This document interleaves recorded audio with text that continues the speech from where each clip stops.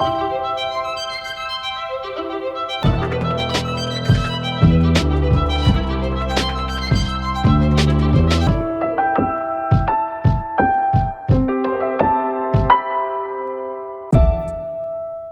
everyone, I'm Jesse Alexander, and today our class is going to talk about World War I, what we know now. I am a documentary filmmaker and an independent public historian, and I've done quite a bit of work on the First World War and its aftermath with a production company called Real Time History, and we spent a lot of time delving back into the end or non-end or messy end to the First World War, and that's where we're going to focus for our class today. In a sense, it's not really what we know now so much as what a lot of historians are trying to rediscover and pay more attention to now. And that is the way that the First World War ended. And it wasn't particularly pretty. And I think that's one of the reasons why it's worth our attention, because we often think about the First World War. It's a destructive conflict, total warfare, industrial warfare, kills 20 million people, if you include civilians, from 14 to 18. But then in 18, it's over when the armistice comes. And the reality is it's not that simple. And that's what I want to talk about with all of you folks today. So let's start off with the good news. In November 1918, the war is over, and people are celebrating all across Western Europe and other parts of the world. But notice that I'm focusing on Western Europe when I talk about the celebrating for the war being over. Here we see a picture of some celebrations in the US. But of course, in Europe, in France in particular, the celebrations are quite intense. People are relieved. France in particular suffered terribly during the war. They lost about 1.4 million killed. That's more than 10 times as many as the United States lost in its, of course, shorter period of time being involved in the war. And this also means that the troops across Europe and many other parts of the world are coming home, like these German troops who are returning to Berlin in December 1918. And you'll notice some of them are even smiling. They have their weapons with them. They've got these garlands of flowers around their necks. Doesn't quite give you the impression of an army that's totally defeated and a country that really understands that and accepts that it's been completely defeated. And we're going to see that's a theme that we're going to come back to, because that concept has a big impact on the violence that continues after the end of the First World War. And naturally, the end of the war is cause for big news and big headlines. And here's one from the New York Times at the end of the war. Armistice is signed. The war is done. But I want to draw your attention to the lines just under that, because I think they're quite revealing, and they are going to lead us into our story for today's class, basically. Berlin seized by revolutionists. The new chancellor, social democratic chancellor of Germany, because the Kaiser has, of course, abdicated and left, as we see here, begs for order. So this is a sign that, something is still amiss. There's still problems, uncertainty, and of course, there's going to be a lot of violence in certain parts of Europe, especially Central and Eastern Europe, after the end of the First World War. So the armistice brings an end to kind of the great power war, if you want to call it that way, between those great powers that are fighting it. But it also brings waves of revolution. It brings waves of civil wars. It brings famine, it brings disease and hunger that break out in all of these regions. And these experiences of violence, it also brings new wars between new countries that are going to come into existence after the end of the First World War, who then fight amongst themselves in Eastern and Central Europe. And it's this continuation of violence in a bit of a different form, not quite the same as 1914 to 18, but with similarities, that defines the lived experience of millions, tens of millions of people in these regions. And it does so for up to 5 years, until 1923, depending on what region we're talking about. And it ends up, this wave of violence does, killing 15 million people. Of course, the estimates vary. I've taken one from one reputable historian. And this is something that I think we don't always think about. We don't always consider on the scale that it's worth our consideration. And so that's why we're going to focus on this for today's class. And of course, you can't talk about the end of a war without talking about the peace deal that is supposed to avoid all these things that we're going to be talking about: continuation of violence and instability and new wars. And these four men, the so-called Big Four, are the ones who are supposed to create a new geopolitical architecture for Europe after the First World War, and who are attempting, each in their own way, to bring stability to Europe, which they are unable to do, as we know, and as we're going to see some of the gory details of today. The Paris Peace Conference begins in January 1919, lasts for quite a long time. And these four men are the leaders of the victorious allies, the main allied powers. From left to right, we have Lloyd George, who's the Prime Minister of the United Kingdom, Orlando, who's the Prime Minister of Italy, Clemenceau, of course, the Prime Minister of France, and the American President, Woodrow Wilson. Now, their job is to create a new order, essentially, but they are going to be the architects of 5 peace treaties that are supposed to create that new order. It's not going to play out as they hope and as they plan, even though, of course, they have different hopes and plans, as we'll see.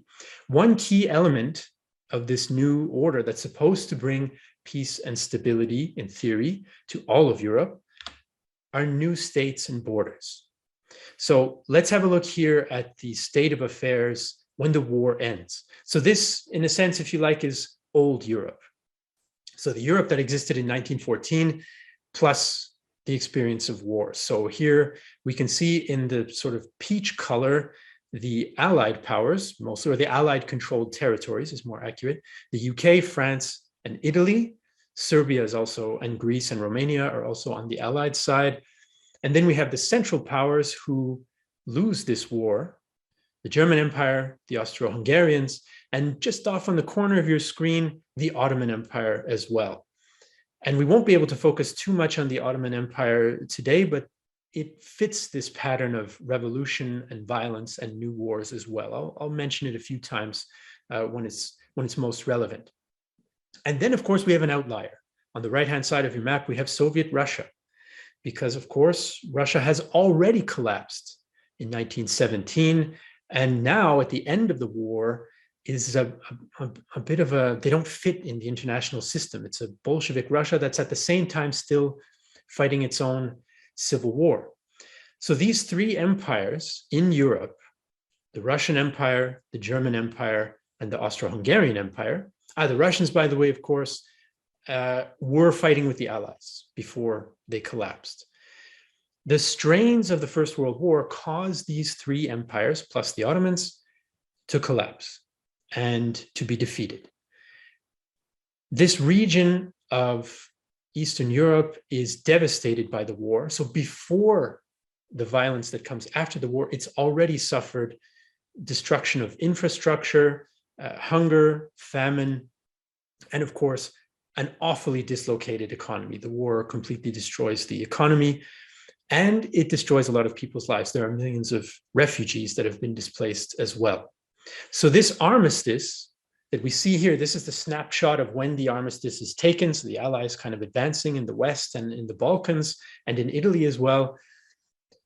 This ends the fighting in the West, but it's not the end of the fighting, of course, in the East, which takes on a new face in what historian Robert Gerwarth calls an arc of violence, stretching from Finland way up in the north, which gets its independence from Russia, but then falls into a terrible civil war, all the way through Eastern and Central Europe and the Balkans, down into the Middle East through Turkey and what is today Syria and Iraq. They're all racked by violence after the so-called end of the First World War. Now, this Europe that we see here is going to evolve into the Europe of the interwar period, which we are a little bit more familiar with. And here it is. This is the Europe that emerges after the First World War. but also, and this I think is a crucial point that we sometimes overlook, this is also the Europe that emerges out of all this ugly violence that happens after the end of the First World War and into the early 1920s. It's the new Europe. There are all sorts of new states. We can see the Baltic states in the north. Estonia is not on the map, but Latvia and Lithuania are. They come out of what was formerly the Russian Empire. Poland is created out of, well, the new Poland. There were previous Polish states in history, but in 1914, there was no Poland. It's created out of territories that belonged to Germany, to Austria-Hungary, and to Russia. So it's being put together from different pieces. And then, of course, there are the successor states to Austria-Hungary, Czechoslovakia, the Austrian Republic, Hungary, and the new state of Yugoslavia, which we end up knowing it as Yugoslavia, but for the first few years, it was actually called the Kingdom of Croats, Serbs, Croats, and Slovenes. So there are, of course, other states that exist for a short period of time and are then lost and defeated and crushed, like the Western Ukrainian People's Republic or the Ukrainian People's Republic, for example, and several other small republics that don't last through this period. Now, what I want to emphasize here, and maybe what you're already concluding for yourselves, is that a map like this doesn't fully reflect the reality of how those borders and how those states are created. It's so much messier than the clean lines and separate colors that we see on our screen right now. And I think that's the reality of that violent process of creating this new order that doesn't just get decided in Paris and then imposed here exclusively. There's some of that, but there's a lot more other factors. If it were up to the four peacemakers in Paris, we wouldn't be talking about all these interstate wars and revolutions and so forth. It would have stopped and they would have imposed things as they wished. And it's not that simple. So let's return to our big four allied leaders now for a moment and talk about how they're kind of hamstrung to some extent. The First World War was so destructive, so total, something that was unprecedented really in modern European history, that the expectations of a peace are almost impossible to meet. How are you going to satisfy everyone after that kind of sacrifice? What kind of peace deal is really going to compensate for the deaths of millions of people, of 1.4 million Frenchmen, for example, or 900,000 British or 600,000 Italians? It's not easy. And it's made even harder because they have different visions of what they want to achieve with the peace to some extent. Of course, they agree on certain basic principles, like Germany and Austria-Hungary need to be punished as the losing side and as the side that's responsible for the war in their eyes, but and also that the concert of Europe, the geopolitical map of Europe has to be adjusted. But at the same time, France is concerned about security, its own security, because it knows that Germany still has the potential to be stronger than it in the future. So its real focus is on security vis-a-vis Germany. Whereas the British, now that Germany's been defeated, they are more interested in keeping a certain balance of powers in Europe and in making sure that their empire and maritime commerce are safe, and even in expanding their empire as well. Of course, the French want to expand their empire, but it's not as much a priority as for the British. The Italians are much more locally focused. They really want to make sure that they get the territories that the British and French promised them during the war. But now that's pretty complicated, because when the British and French promised the Italians territory, they weren't planning on the creation of Yugoslavia, which borders Italy and also wants some of those territories that used to belong to Austria-Hungary. And then, of course, there are the Americans who have their own, or Wilson has his own priorities and his own contradictory, sometimes, vision for the peace, where he basically wants to do what's known as holding the center, which means to create a new order in Europe to avoid revolution, especially Bolshevik revolution, and also to avoid what he saw as the cause of the war, which was autocratic systems that do not act in the best interests of their citizens. So you can see right there, there's quite a range of priorities that are going to clash. They clash about how much territory Italy should get. They clash on how harsh or how lenient they should be towards Germany. They clash on what exactly their policy should be towards Bolshevik Russia, which is kind of a complete outsider and a pariah in the system. It doesn't fit in the international norms of the day, so they don't quite know what to do with it. And they clash on how to implement President Wilson's 14 points. These famous 14 points that Wilson publishes in January 1918 while the war is still going on, and that sort of set out part of his vision for what a peace might look like. And they're the basis on which Germany agrees to the armistice. But they're almost impossible to implement, especially the principle of self-determination, which basically, it's a little bit more, Wilson's views do evolve on this over time, but essentially how it gets applied or attempted to be applied is that one language group is one national group, which should have its own state. And essentially the demographic makeup of Europe doesn't correspond to this.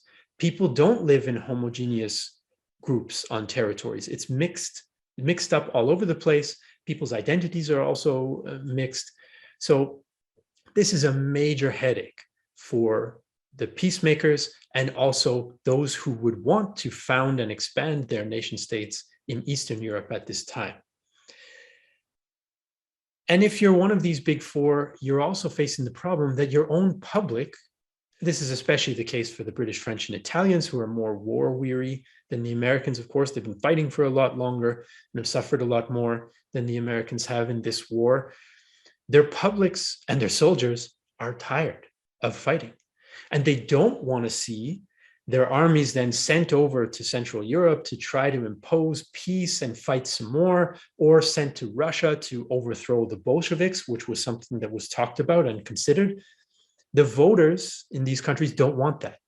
And that is, of course, a limitation on what they can do under these circumstances.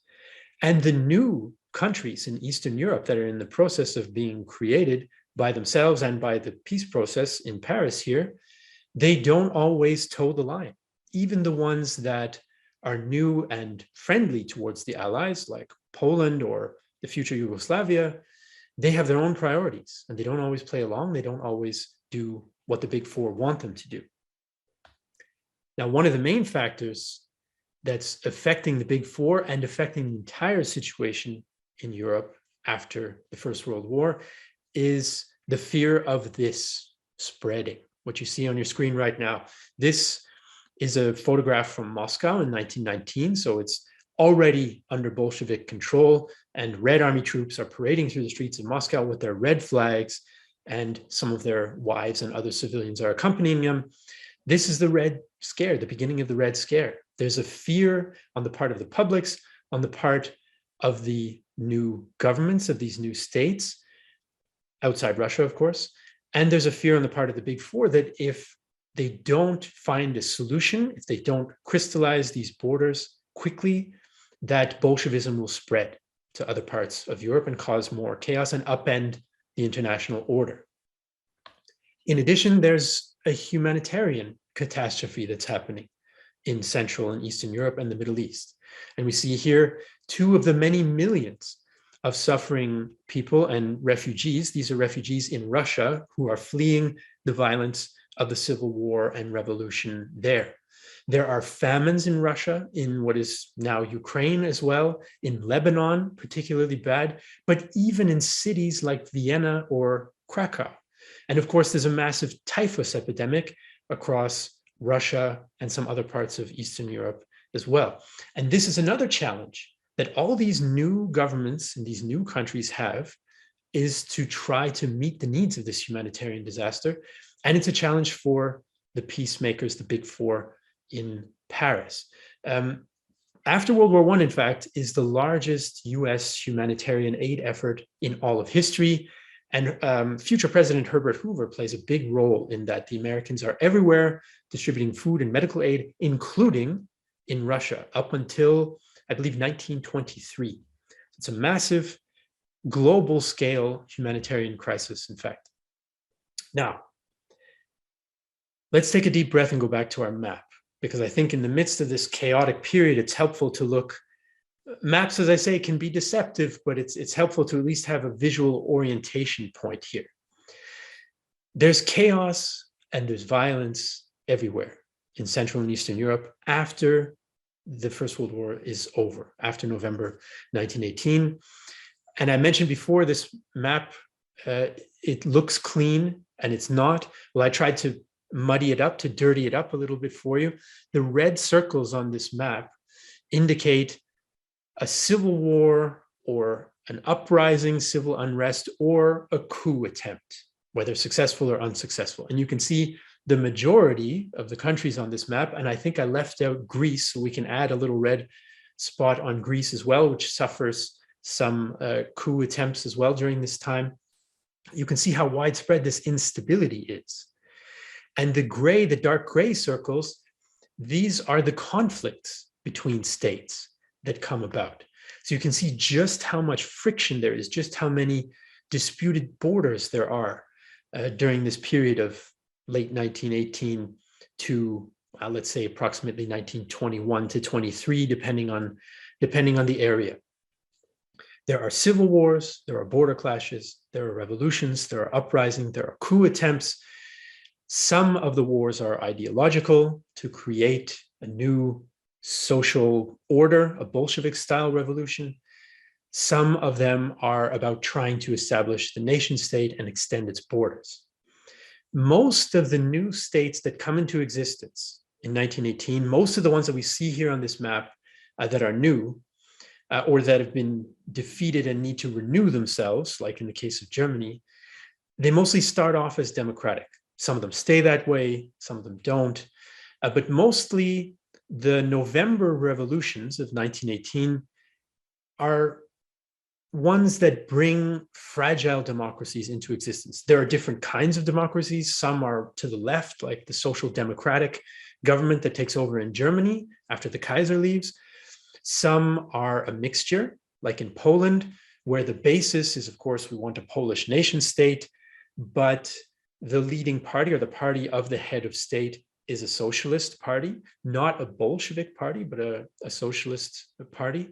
So there's a all range of fragile democratic systems that come into existence in 1918, and they're all under threat from the violence that is so harmlessly represented by the little dots on our screen on this map.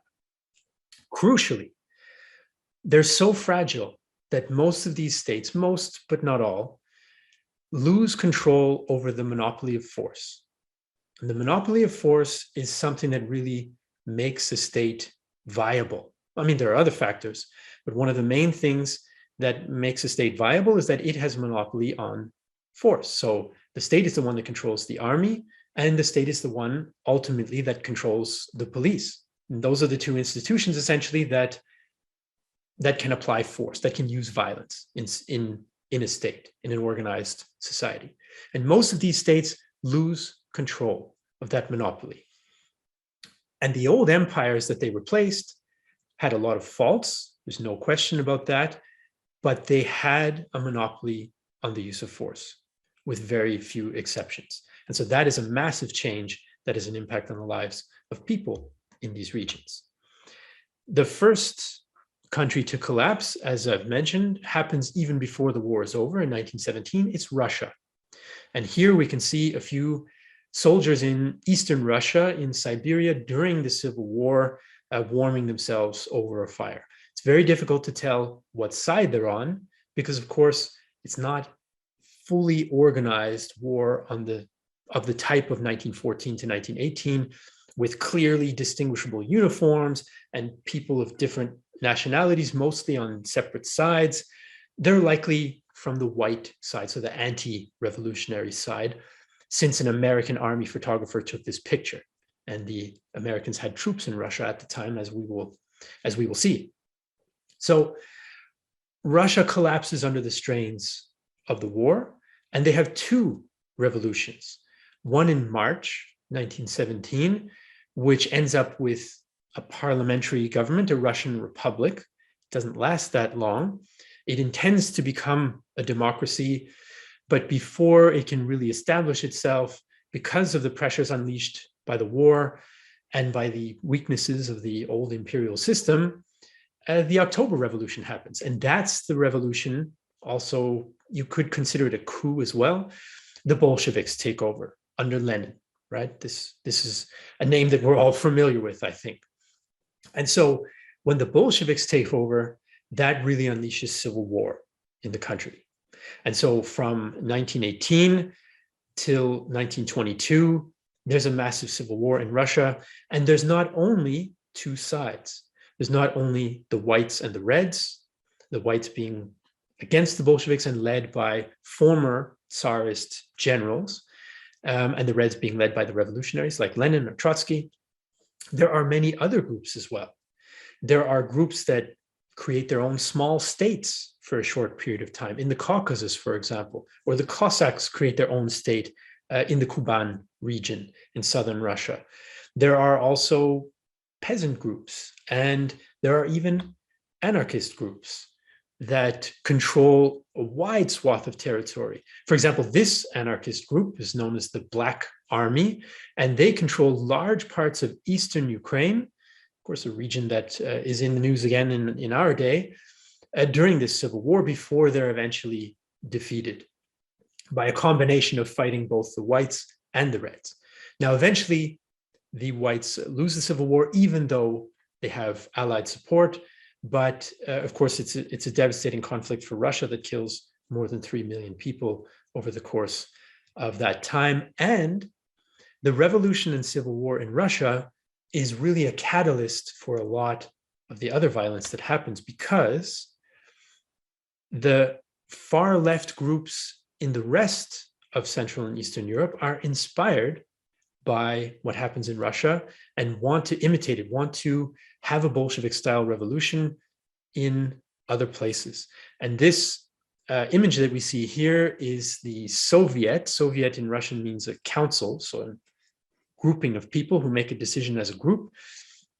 The council in Petrograd used to be St. Petersburg, capital of Russia, until the Bolsheviks then move it to Moscow because of the civil war. So councils like this one, of groups of soldiers or workers or peasants from the countryside spontaneously gathering and kind of taking power, in a sense, is what is an idea that's very appealing to revolutionaries in other parts of Europe as well. And they see it as a historic opportunity, because in leftist and Marxist thinking, of course, the capitalist imperialist powers are going to fight each other, and that's going to that's going to be one of the steps towards eventual revolution and communism. So they see the First World War as that destructive war of the imperialist capitalist powers, and now is their chance, right? What then happens when mostly there are these democratic parliamentarian systems that rise up after the First World War in the defeated, the territories of the defeated empires, the Bolsheviks and other far left revolutionaries, they see this as, oh yeah, this is the bourgeois revolution. It's another stage on the road to eventual communism. So what we have to do now is topple all of that and create Soviet systems, revolutionary systems. So there are attempts at social revolution all over in Europe. Most of them fail, but some of them are temporarily successful. They also form their own paramilitary groups in order to achieve the revolution by violence, and not just by councils like the one we see here. There are short-lived Soviet republics in Bavaria, in Germany, in Bremen, in Germany. In the Ruhr Valley, there's a massive uprising of the far left as well. There's an attempt in Vienna that fails. Hungary becomes a Soviet republic for several months, and we'll talk a bit more about it later. Slovakia becomes a Soviet republic for a few weeks. And then in Eastern Europe, on the borders of Russia, the Baltic states and Ukraine and Poland, for example, there are temporary Soviet republics set up there as well to compete with the new nation state parliamentary governments that have risen up out of the situation in 1918. Now, those Soviet republics are directly supported and or imposed by the Red Army because it's bordering on those regions. But even in the heart of Germany, even in Western Germany, there are violent attempts to cause a social revolution during this time. A couple of examples. The Spartacist uprising in Berlin in early 1919, they try to overthrow the leftist government, but it's not as left and it's not revolutionary. It's a social democratic government in Germany after the Armistice, but the Spartacists feel that that's not revolutionary, and so they try to overthrow the government, but they fail and their leaders are executed because the government forces, the army, opposes this revolution, and they work alongside, I talked about leftist paramilitary groups and militias, but there are also right-wing nationalist paramilitary groups and organizations. And they work with the government to crush the Spartacist uprising in Germany. And another example from Germany, here are some volunteers for the Ruhr Red Army in Western Germany, about 20,000 strong, that attempts to cause another social revolution in Germany in early 1920. And they are also defeated by the army acting on behalf of the social democratic government alongside these right-wing paramilitary groups as well. And so with all this talk of right-wing paramilitary groups, I'll take some time to talk about them now, because of course, as Bolshevism is spreading as an ideology and inspiring people to attempt violent revolution, there is on the right side of the political spectrum also a call to action.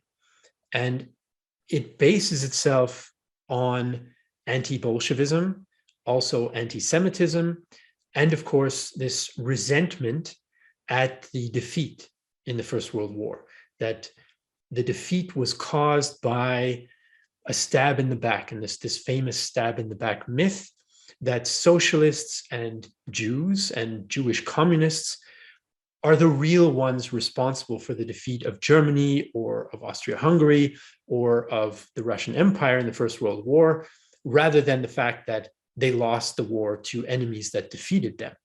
And so this is kind of these are the kind of ideas that inspire these authoritarian, nationalistic, right-wing paramilitary movements. And we can see here this poster, a German poster, and the title of it translates as "Down with Bolshevism." So this is one of these organizations that opposes Bolshevism. They're also against democracy, and they're against the parliamentary democracy that has taken over after the fall of the dynastic empires and kings and so forth. So they're really opposing the new system and opposing, of course, the more extreme social revolution that some people in Europe want. And these movements, they often develop over the course of the 1920s into fascist, full-fledged fascist movements later on, like in Germany, like in Italy, and to some extent like in Hungary as well. And let's take a look at an example. One of the most famous of these right-wing paramilitary organizations is the German Freikorps. Freikorps basically means a free corps, so not part of the state army. In Germany, this is what I'm talking about when I say that the state loses its monopoly on force. You have a revolutionary organization like the Ruhr Red Army with 20,000 men armed with rifles and machine guns left over from the army in World War I. And then, of course, you have units like the one you see here in Berlin. This is not part of the German state army. These Freikorps are units of the German army that simply refused to disband after the Armistice and refused to go home. They felt like they wanted to keep fighting, that the camaraderie was all that they had left, and that it was sort of their manly duty to continue fighting against what they saw as one of the reasons why the war was lost, the Bolsheviks, the far leftists. And of course, they associate them with the Jews as well. Here we see they decorated their armored car with a skull and crossbones, but even at this early stage, they do also use the swastika as a symbol to represent their movement and their ideology. They are not purely acting in, well, let's say in quotation marks, a defensive capacity against what they see as the Bolshevik threat, but they also actively commit violence against civilians and also against the civil power of the new democratic order. And in Germany, they lead a coup attempt, a right-wing coup now. Of course, we have these left-wing revolutionary attempts, right? But there's also right-wing ones. So they lead a famous right-wing coup in March 1920, the Putsch attempt, which is stopped not by leftist militias, but by a general strike that is called for by the government. And here we have a picture of that general strike. More than 12 million Germans take the streets to oppose this right-wing coup. So that gives us a sense of the feelings of the time. Of course, there is bitterness. It's not purely a peaceful, it is a peaceful affair essentially, but the emotions are not peaceful. That's the point I'm trying to make here. And we can see that they're hanging in effigy at this demonstration two of the leaders of the Putsch, including Kapp himself, who was a bureaucrat and politician. So these Freikorps, these right-wing paramilitaries, are another destabilizing and violent factor in Central and Eastern Europe. And I wanted to include this recruiting poster for one of the Freikorps units. It says, "Protect your homeland, join the Hülsen Freikorps." Hülsen is an officer who was leading this Freikorps. Usually it took the name of the commanding officer. But the image itself is quite striking. And I think here, we might associate it with later forms of right-wing government in Germany. It has something already of these roots of fascism and Nazism to it, even in the aesthetics of it, never mind the ideology of it. This particular Freikorps was recruiting for a paramilitary unit that would go on to fight in the province of Upper Silesia. It's a German province on the border with Poland. And there was going to be a vote supervised by the Allies and by the League of Nations that was created after World War I to resolve international disputes, to go fight against Polish paramilitary militias that were trying to make sure that they could have control over Upper Silesia. So a lot of these Freikorps and these right-wing paramilitaries, and I'll stick with the German example for the moment, they also end up contributing to the violence in other places. They go to the Baltic states, for example, and in particular in Latvia, which is involved in a civil war and a war of independence against Bolshevik Russia. And they fight for the Latvian government for a while. Then they fight against the Latvian government. Then they set up their own competing brief and failed Latvian government. And then they return to Germany, and many of them play important roles in the violence that comes later on. Many of them are involved then in a campaign of assassination against German public figures. And also, there are famous figures among them, like Ernst Jünger, who's a nationalist author who kind of romanticizes ideas about masculinity and warfare in the interwar period, but who then also opposes the Nazis. Or people like Rudolf Höss, who would later go on to become the commandant of the Auschwitz concentration camp in World War II. So you can see the roots of a lot of these later issues in the 30s and in World War II coming out of this violence post-Armistice. Of course, another example of the right-hand side of violence as opposed to the left are the whites in Russia. We see here some white Cossack cavalry. This is a full-on army, so far beyond a paramilitary force, although they also have irregular troops. They end up losing the civil war to the Bolsheviks. They can't coordinate. The Allies support them, but it's not enough. and they don't have an ideological appeal. They really push the idea of a Judeo-Bolshevik conspiracy. This is central to White Russian propaganda. In fact, some say it's the origin of the Judeo-Bolshevik conspiracy, but they end up losing. And the Bolsheviks are better able to institutionalize and apply violence than the whites are. And the peasants are afraid that if the whites win, that the landowners will come back and reclaim the land that the peasants have taken during the revolutions. And so the Bolsheviks are able to play on that fear, and the peasants don't support the whites, and the whites end up losing. So by now, we're getting the impression that there are all sorts of different shades of civil wars happening that come from this antagonism of resentment at defeat, revolutionary ideas, nationalist ideas, ideas of nation states, and ideas of course, social revolution, nationalist authoritarianism. They all blend in with each other and compete with each other.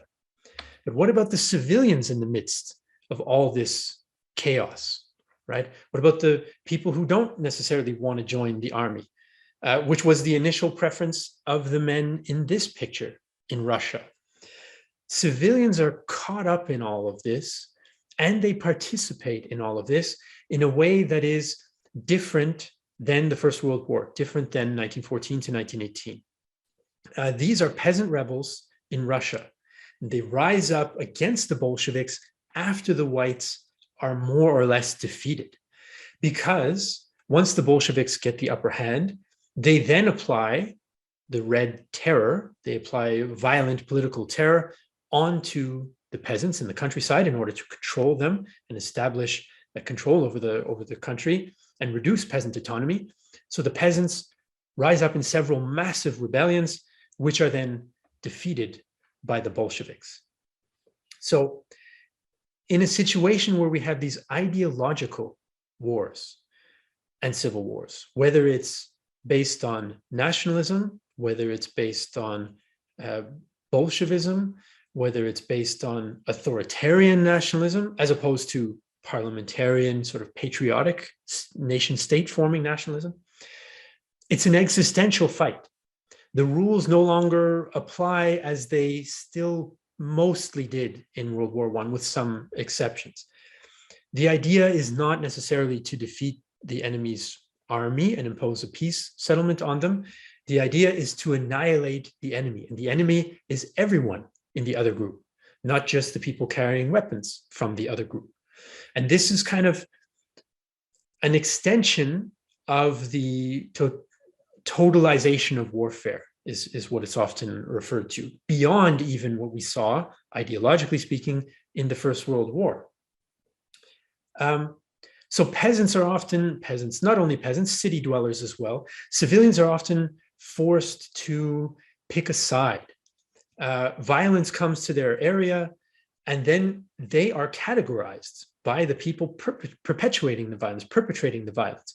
And they often then need to choose, in spite of the fact that they might not have a strong national identity, that they might identify more with their region or their religion, rather than some new idea, and the concept was still new for especially rural people, of a nation state, a new nation of Poland or Ukraine or what have you, or Latvia or Lithuania or any of the other examples. Not everyone is fully convinced of these concepts or is even familiar with these concepts yet. It's this transitional period in history. And a part of this all-in existential violence and fighting is the anti-Semitic side.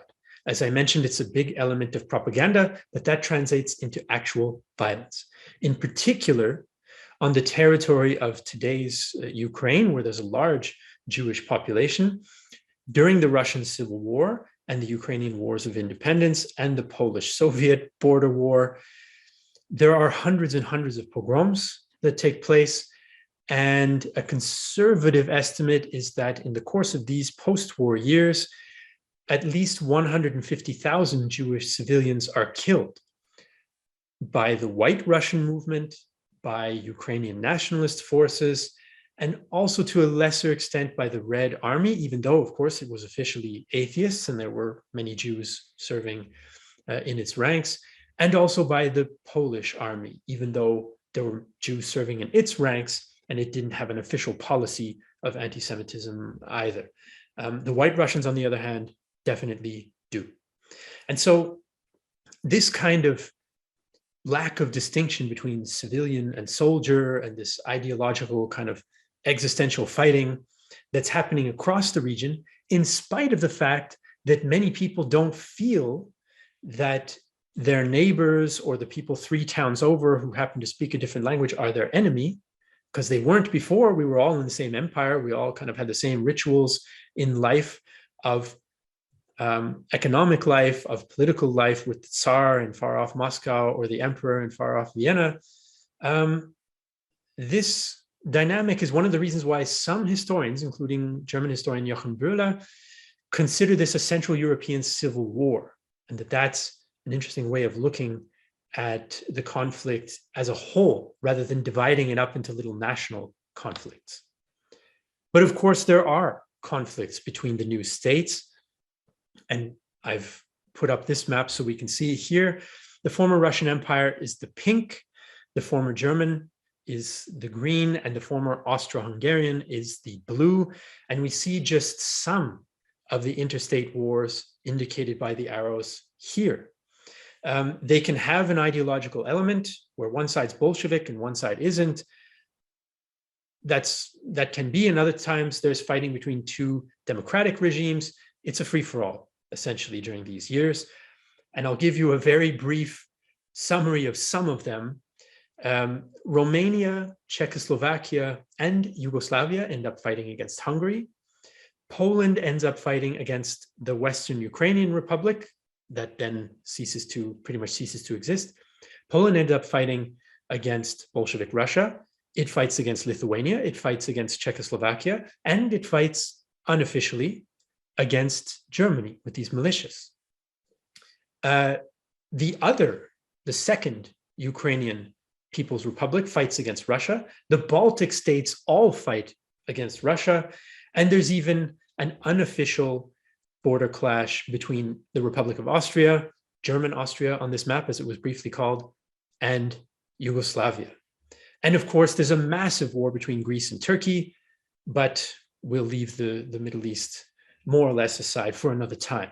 We have bitten off as much as we can chew, I think, for today, just with Eastern Europe. So I'll very briefly talk about the 2 probably most important, our largest border wars in the region. One is the Polish-Soviet War. It takes place between 1919 and 1921. It's over border territory. Who will control, where will the border be between Bolshevik Russia and Poland? It also has an ideological component. Will the Red Army be able to spread its ideology into Poland and then up perhaps into Germany as well? And that was an objective of some revolutionaries. This is a Polish propaganda poster that we must defend our country because we know what future is in store for us if the Bolsheviks win, right? France, of course, strongly supports Poland. Britain isn't so sure about that. Here you can see those interests clashing again. Britain wants to make sure that Poland, they feel the Poles are too ambitious, and they want to make sure that Germany retains some territory that Poland wants so that it can have a viable economy and pay back the war reparations that it owes to Britain and France. So here again, we see this clash of interests in the case of the war between Poland and Soviet Russia. Here's some Polish cavalry. The war goes back and forth. The Poles take parts of what is now Belarus and parts of what is now Ukraine. Then they're rolled back by the Red Army. We see here parading in Moscow. The Red Army makes it all the way to Warsaw before, in summer 1920, before the Poles defeat it and push it back, a battle that's sometimes called the Miracle on the Vistula. And then they end up agreeing on a compromise peace, and the border settles where it does until, of course, 1939, because the Soviets are not satisfied with that border. So another foreshadowing from this period into World War II. And the last conflict between states that I want to just touch on because it's so important for later is Hungary against virtually all of its neighbors. Hungary, of course, the Kingdom of Hungary during World War I is a part of Austria-Hungary. And after the war, it also experiences a democratic revolution in 1918. But it also ends up having a Soviet, a council of soldiers and workers, so a more radical force coexisting with the democratic government. We can see here some propaganda posters from the more radical Hungarian socialists, because in March 1919, the democratic government is overthrown by leftists inspired by the Bolsheviks.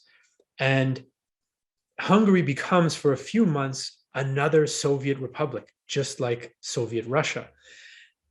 Now, neither the Hungarian nationalists nor the Hungarian communists want to accept the borders that are being proposed. Hungary would lose about almost 3/4 of its territory.